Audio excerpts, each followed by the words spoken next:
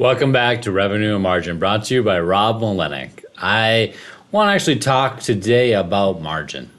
I think that the big misnomer associated with margin generation is you have to cut expenses to be able to achieve the results.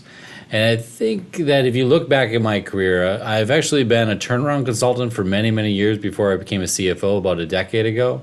And when I was a turnaround consultant, I'd go into these organizations losing millions of dollars a month and make them profitable within 30 to 60 days of being there. How you actually do that is you need to identify why. You need to look at what is going on within the organization and why you're unprofitable, and then address the main issues. Even though there might be 80 issues going on in the organization, there's always 2 or 3 things that are the main drivers to why a company is not profitable. And when you look at those specific drivers, which is actually quite sometimes easy to do once you look at the numbers and figure it out. A lot of times it comes down to what I would say are the 3 main variables associated with margin. 1, it's not being sold at the correct price to ensure profitability. Maybe you have bad contracts on that side of the coin.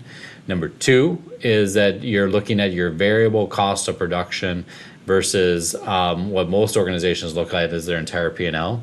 And they have certain product lines which are unprofitable and either too high of expenses going into those specific product lines to compete versus the marketplace, or they're not being sold from a revenue perspective correctly. Number 3 is ultimately the fixed cost absorption.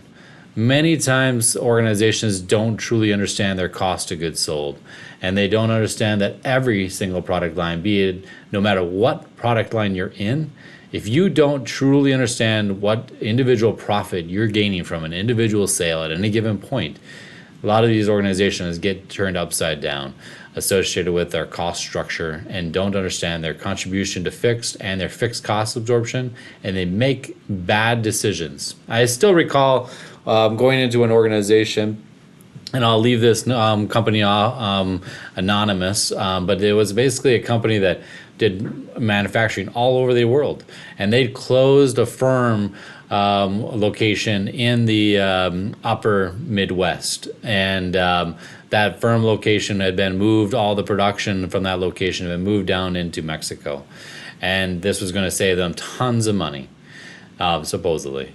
But when they did it, the opposite happened. And to be honest with you, sometimes they come with these great ideas, they present them, the executive leadership team, and by the time they're implemented and by the time you're actually seeing the results of it, a lot of times those executive team members are gone. They moved on to other things. They're just basically presenting something that looked good on paper, and that people are looking at the numbers and not really understanding how they're making profitability. And so in some cases, these decisions get made, and then now you're stuck in a situation where you're losing money because you moved from a very not extremely high profitability area, but you moved into maybe a low cost area with low quality on the back end, losing clients associated with your product quality, and you're not able to effectively compete.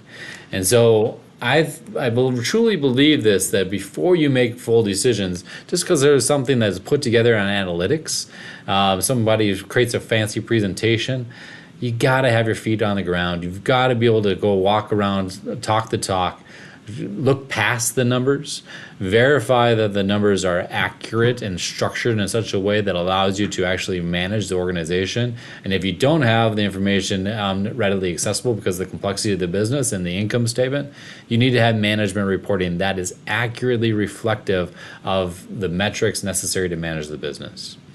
And so I think one of the biggest areas of value that creative planning has been able to provide is actually our virtual CFO and our business consulting areas.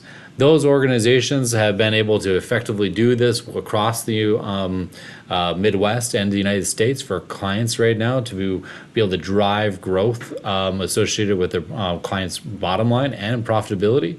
To be able to effectively fix these organizations and use these techniques to bring those organizations to the success that they need so they can be successful in the long term. I'd love to talk to you more about this, but I think that if you focus on those 3 key areas and verify why you're losing money in those 3 areas, you'll be able to effectively understand how to be able to fix your organization, and we can show you how to do that very effectively. Happy to answer questions if your organization is facing some of these challenges. Feel free to reach out to me directly, and I can chat with you free of charge and just talk to you about what's going on associated with your organization. And just looking at some simple financials, a lot of times I can identify why your organization is struggling and where you might be able to effectively make corrections. Once again, this podcast is brought to you from Rob Malenik, Revenue and Margin. Looking forward to your comments below, and thank you for sharing our videos. Feel free to, if you're seeing this on YouTube, to be able to add us as a subscribed member. Be happy to have you as on that side of the coin and continue to build this out. So thank you so much for everybody's support. Have a wonderful day.